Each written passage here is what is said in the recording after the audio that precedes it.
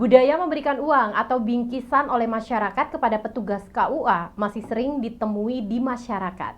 Untuk itu, mengantisipasi hal tersebut, Kementerian Agama Kota Malang melakukan sosialisasi kepada masyarakat untuk tidak lagi memberikan sesuatu kepada petugas KUA atas tugas-tugas yang sudah dilakukan dalam pernikahan.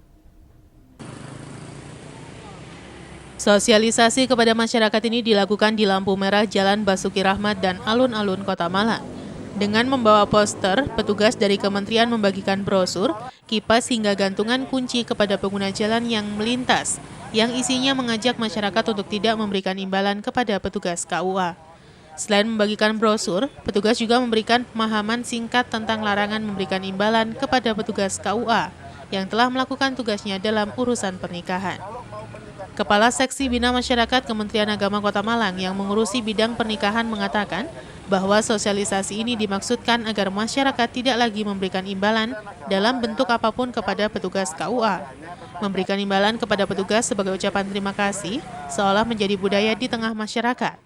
Hal inilah yang coba untuk dihilangkan oleh Kementerian Agama. Langkah pertama yang dilakukan adalah dengan memberikan pemahaman kepada petugas untuk menolak segala pemberian. Harapan Kementerian Agama dan KUA khususnya menjadi wilayah bebas dari korupsi bisa terwujud, sehingga pelayanan kepada masyarakat bisa semakin baik.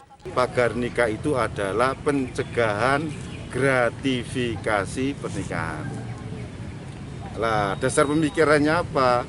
Di roadmap reformasi birokrasi tahun 2019-2024 menuju Indonesia berkemajuan tahun 2025 itu diamanatkan birokrasi itu harus efektif dan bersih. Efektif apa? Mudah, cepat, tidak berbelit-belit. Bersih dari apa? Dari seluruh unsur gratifikasi, kolusi, korupsi, dan lain-lain. Lah, berkenaan dengan itu, budaya kita itu kan ada budaya pemberian saren. Yang diberi saren itu adalah bisa guru, bisa tokoh agama, bisa yang dituakan. Saren berupa uang atau berupa pemberian apapun. Nah, di pernikahan ini kan masuk kategori gratifikasi. Budaya itu sudah sangat melekat di masyarakat kita. Karena itu langkah kita pertama adalah memberikan kesepahaman kepada seluruh aparat kami di KUA untuk menolak pemberian dalam bentuk apapun. Kita punya aplikasi namanya Ligo. Simon Alfredo melaporkan. Memenuhi ketersediaan stok darah di bulan puasa, PMI Kota Malang gencar melakukan donor darah. Kali ini menggandeng komunitas donor Indonesia, PMI Kota Malang melakukan donor darah di salah satu mal di Kota Malang. PMI Kota Malang yang bekerja sama dengan Komunitas Perhimpunan Donor Darah Indonesia atau PHDDI Kota Malang, Sabtu siang menggelar aksi donor darah di salah satu mal di Kota Malang. Aksi donor darah ini menarik antusiasme masyarakat pengunjung mal. Masyarakat yang akan melakukan donor darah terlebih dahulu memeriksakan kesehatannya pada petugas medis dari PMI. Peserta yang dinyatakan layak langsung diambil darahnya oleh petugas PMI Kota Malang. Dian Wardani Putri, salah satu peserta donor menyambut baik aksi donor darah yang dilakukan PMI Kota Malang. Ia mengaku selama pandemi COVID-19 baru kali ini melakukan donor darah. Selain membantu sesama yang membutuhkan darah, dirinya juga mengaku dengan mendonor tetap menjaga kesehatan tubuh. Soalnya kalau menurutku meskipun pandemi nggak pandemi, orang yang sakit di luar sana yang butuh darah kan masih banyak gitu ya Mbak. Jadi menurutku kayak selama aku masih bisa donorin darah, kayak kemarin yang HB sempet nggak bisa itu juga sempet kayak ya sedih gitu. Tapi waktu bisa ya alhamdulillah masih bisa membantu meskipun itu nggak seberapa mungkin ya buat mereka. Tapi selama aku bisa donorin sih menurutku masih wajar untuk didonorin gitu. Sementara Puryadi, panitia donor darah mengatakan, aksi donor darah kali ini ditargetkan 100 kantong darah. Donor darah ini dilakukan guna memenuhi ketersediaan stok darah di PMI Kota Malang. Mengingat menjelang puasa, ketersediaan darah akan semakin berkurang. Sementara aksi donor darah ditempatkan di mal dikarenakan di mal banyak pengunjung sehingga dapat menarik banyak simpati masyarakat untuk melakukan donor darah. Target untuk hari ini kegiatan PDDI bekerja sama dengan OJK, targetnya 100 pendonor itu. Iya. Mudah-mudahan tercapai. Berapa hari Pak pelaksanaan donor darah kali ini? Untuk donor darah 1 hari ini aja. kemarin sudah dilaksanakan screening untuk donor plasma konvalesen. Pak, urgensinya gimana Pak? Mau bulan Ramadan juga kan Pak? Iya. Kesulitannya mencari pendonor ini sampai seperti apa Pak? Jadi selain menghadapi Ramadan juga karena pandemi ini ya, jadi masih ada beberapa, dan juga yang ketiga yang setelah vaksin, nah itu ada kendala juga, karena kan setelah vaksin tidak bisa langsung donor juga, ada batas waktunya 2 minggu setelah vaksin kedua gitu. Jadi dalam rangka puasa ini kemungkinan agak sulit untuk mencapai stok dari PMI itu sendiri. Simon Alfredo melaporkan. Sementara itu menjadi tempat pembuangan sampah dan pembakaran, pohon besar di pinggir Jalan Bocek Karangploso perlu perhatian karena bisa mengganggu keberlangsungan hidup pohon serta rawan tumbang.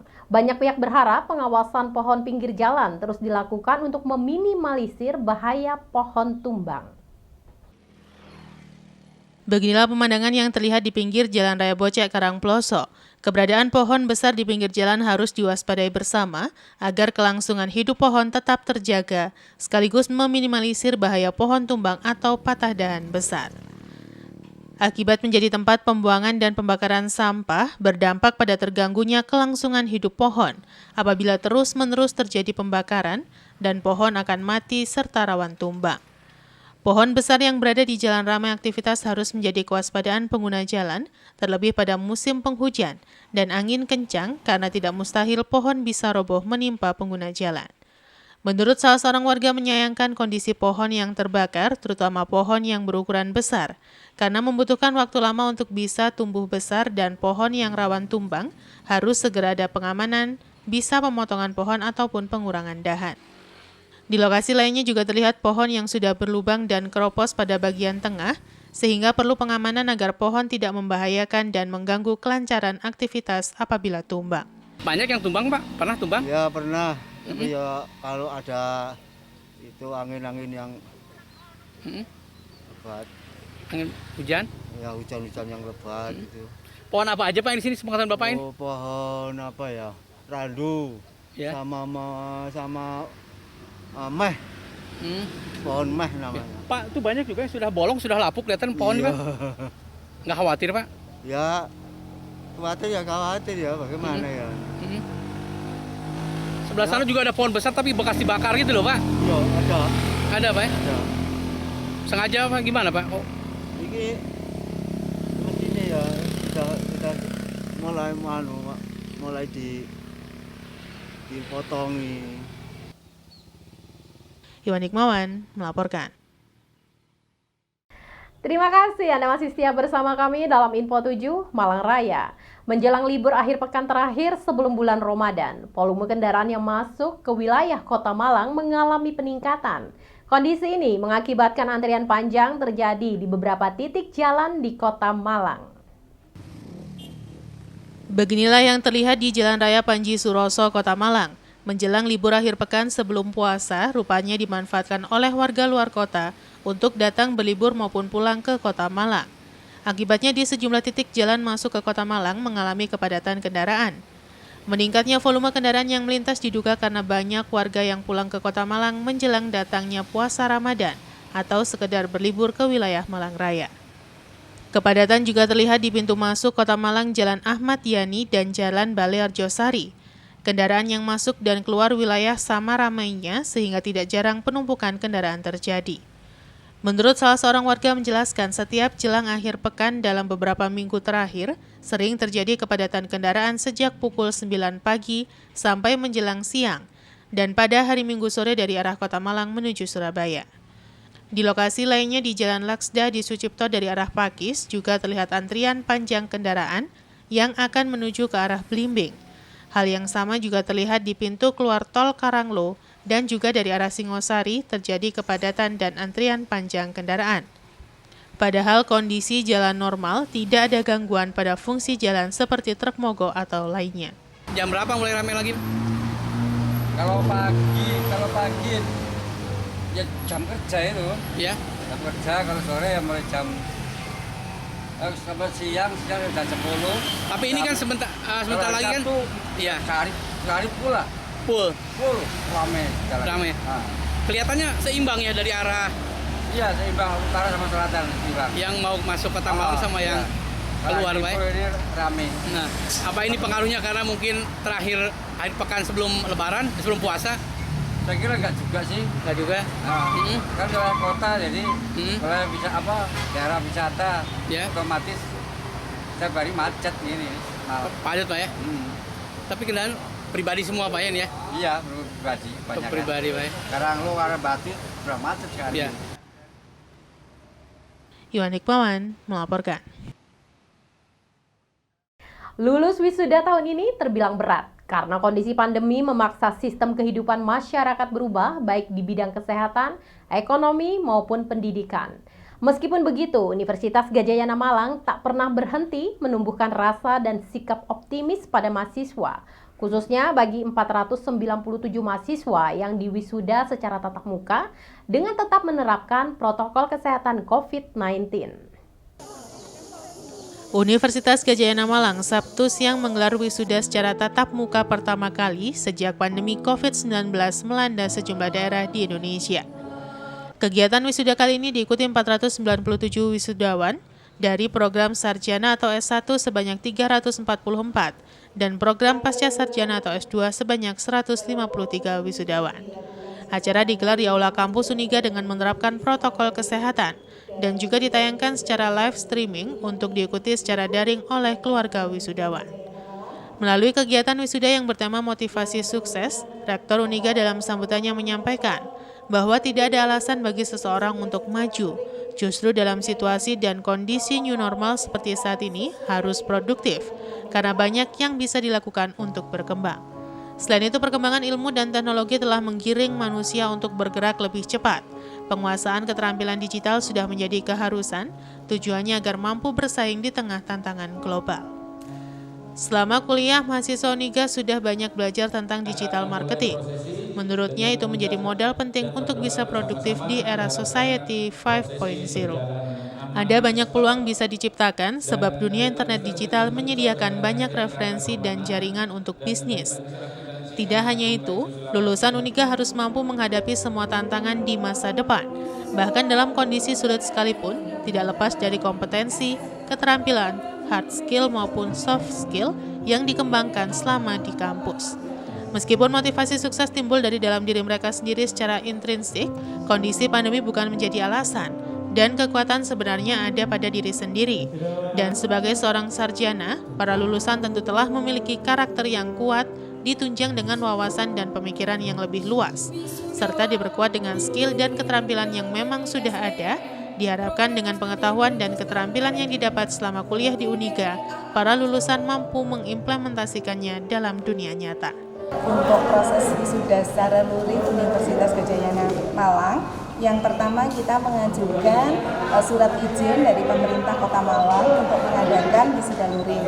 Nah, dari situ kami sudah menyampaikan konsep kerangka di dalam proses wisuda tersebut.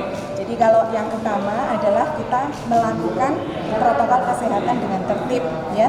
Seluruh wisudawan maupun yang mengelola panitia semua menggunakan protokol kesehatan dengan baik. Nah, untuk itu yang gedungnya kita biasanya isi 1.500, itu hanya diisi 250 kursi, sehingga semua itu bisa diantisipasi bagaimana jarak di dalam melakukan proses wisuda ini. Dan yang paling menarik sekali, kita nanti memindahkan bersama-sama pada saat kita di dalam ruangan proses toga itu saat wisuda. Setelah itu mereka jalan ke depan, kita memberi salam dengan salam hanya seperti di dada seperti ini. Setelah itu mereka langsung keluar. Jadi untuk mengurangi kerumunan, juga untuk mengurangi jarak yang terlalu dekat, maka setelah melakukan wisuda dan bersalam dengan rektor, maka para wisudawan dipersilahkan langsung keluar untuk mengambil konsumsi. Untuk hari ini kami mewisuda sebanyak 497 dan untuk S1 itu adalah 343, sedangkan untuk S2 154 kalau nggak salah, kurang lebihnya seperti itu. Terbagi dalam berapa sesi? 2 sesi. Harapan ke depan untuk wisuda ini kami mempunyai konsep motivasi sukses. Di era pandemik atau di new normal ini kami berharap motivasi mahasiswa tidak akan pernah luntur, tetap punya motivasi intrinsik yang ada pada dirinya untuk menjadi sukses, menjadi orang-orang yang bernilai di kehidupan nyata, bisa mengimplementasikan science, knowledge, know-how, and skill secara nyata, sehingga mereka tidak akan pernah mengeluh dengan kondisi new normal yang ada. Jadi justru new normal adalah harus produktif, ya. Kita harus punya jiwa besar, kita harus sukses. Kita bisa sukses dengan konsep, dengan yang ada pada diri kita, karena kesuksesan itu datang dari diri kita, bukan dari orang lain. Yanto Yanjung melaporkan. Terima kasih pemirsa, Anda masih setia bersama kami dalam Info 7 Malang Raya. Jajaran pengurus Dewan Koperasi Indonesia Daerah atau Dekopinda Kota Batu, masa jabatan 2020-2025 resmi dilantik oleh Ketua Dekopinda Jawa Timur, Rini Sukesiningsih. Wali Kota Batu Dewanti Rumpoko berharap pengurus Dekopinda Kota Batu aktif menggerakkan roda perekonomian di tingkat bawah agar pertumbuhan ekonomi bisa bangkit pasca pandemi. Pelantikan pengurus Dewan Koperasi Indonesia Daerah atau Dekopinda Kota Batu masa jabatan 2020-2025 berlangsung di Gedung Geraha Pancasila Balai Kota Amangtani Pemkot Batu. Dekopinda merupakan lembaga yang berperan sebagai wadah untuk memperjuangkan kepentingan dan pembawa aspirasi koperasi, serta memajukan dan mendorong pemberdayaan koperasi guna mencapai tujuan. Turut hadir dalam prosesi pelantikan ini Wali Kota Batu Dewanti Rumpoko, Wakil Ketua Dekopinda Jawa Timur Rini Sukesiningsih, Kepala Dinas Koperasi UMKM dan Perdagangan Kota Batu, pimpinan Bank Jatim Cabang Batu, pengurus dan perwakilan koperasi se-Kota Batu.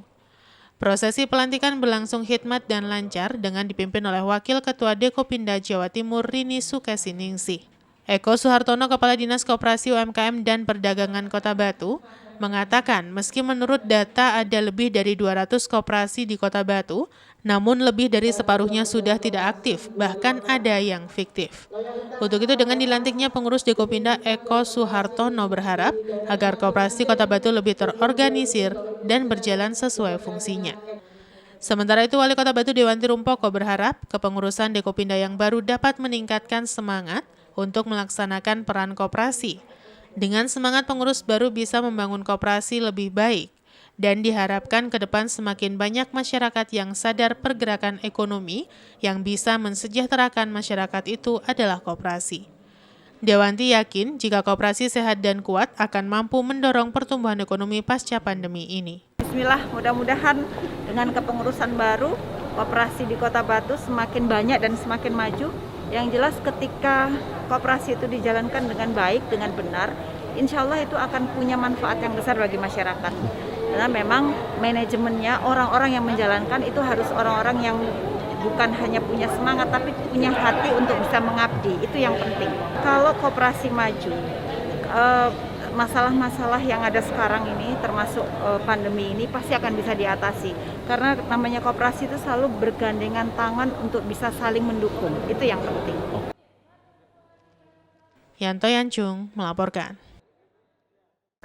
Dan laporan perakiraan cuaca tadi sekaligus menutup perjumpaan kita dalam Info 7 Malang Raya edisi hari ini. Bagi masyarakat Malang Raya, kami ingatkan untuk selalu menerapkan protokol kesehatan 5M, memakai masker, mencuci tangan, menjaga jarak dan menghindari kerumunan, serta mengurangi mobilitas. Mewakili kerabat kerja yang bertugas, saya Sri Widiarti mengucapkan terima kasih atas perhatian Anda. Sampai jumpa dan wassalamualaikum warahmatullahi wabarakatuh.